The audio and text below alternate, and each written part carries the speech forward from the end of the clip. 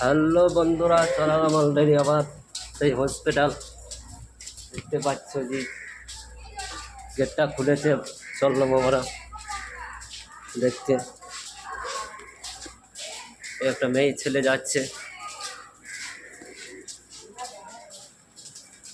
গেটে ঢুকবো। 12টা বেজে গেল, টাইম হয়ে গেল, তাই চললাম সেই শিশু ওয়ার্ডে দেখতে। আমার একটা বাচ্চা আছে, ওই জন্য হসপিটালকে যাচ্ছি, দেখি কেমন অবস্থা সব।